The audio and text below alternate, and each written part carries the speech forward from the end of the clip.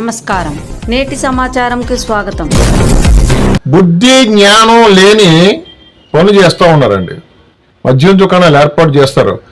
బుద్ధి ఉండాలండి, సిగ్గు కూడా ఉండాలి. ఎంపీ భరత్ గారు అంటే బాలకృష్ణ గారి మాట్లాడితే బీచ్లో మద్యం దుకాణాలు పెట్టడం వల్ల నష్టం ఏముంది, అంతా 18 సంవత్సరాలు దాటిన వాళ్ళే తాగుతారు కదా ఇది అని అంటున్నాడు. సార్ సంతోషం, ఎందుకంటే మీరు గీతం యూనివర్సిటీ అద్భుతమైన యూనివర్సిటీని రన్ చేస్తున్నారు. మీ తాతగారి కాలం నుండి ప్రారంభించింది, ఎంఈఎస్ మూర్తి గారి కాలం నుండి. అంటే మీరు అధికారంలో ఉన్నారు, ప్రభుత్వం మీది. ఎలాగా విశాఖపట్నం బీచ్లో మద్యం దుకాణాలు ఏర్పాటు చేస్తానంటున్నారు కాబట్టి 18 సంవత్సరాలు దాటిన ప్రతి ఒక్కరూ తాగితే తప్పు లేదంటున్నారు కాబట్టి మీకు ఒక సలహా చెప్తున్నాను సార్. బీచ్లో అప్పుడప్పుడే జనం వస్తూ ఉంటారు, మహా అయితే అక్కడక్కడక్కడ కొంతమంది ఉంటారు. ప్రభుత్వానికి ఆదాయం రావాలి, అద్భుతంగా ముందుకు పోవాలంటే మీకు కొన్ని వేల మంది 18 సంవత్సరాలు దాటిన స్టూడెంట్స్ అందరూ కూడా మీ గీత యూనివర్సిటీలో ఉన్నారు.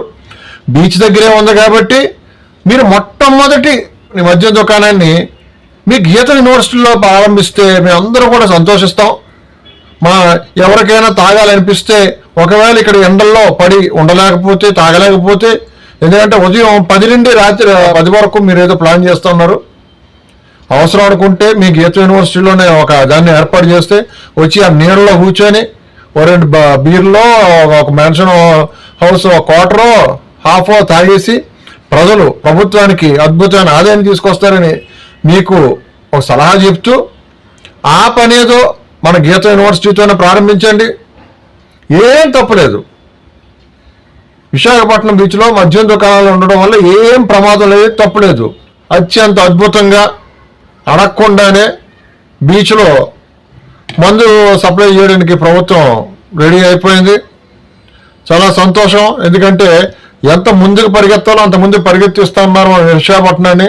మొట్టమొదటిగా రిషికొండ దగ్గర ఉన్న మన గీత యూనివర్సిటీతోనే దాన్ని ప్రారంభించాలని మీకు సవినయంగా మనవి చేసుకుంటూ, మన విశాఖపట్నాన్ని తారాస్థాయికి తీసుకెళ్లాలని మన ముఖ్యమంత్రి గారికి, డిప్యూటీ మేయర్ గారికి, అలాగే మన బాలకృష్ణ గారి అల్లుడైన మా విశాఖపట్నం ఎంపీ భరత్ గారికి కూడా విజ్ఞప్తి చేస్తూ ఉన్నాను సార్.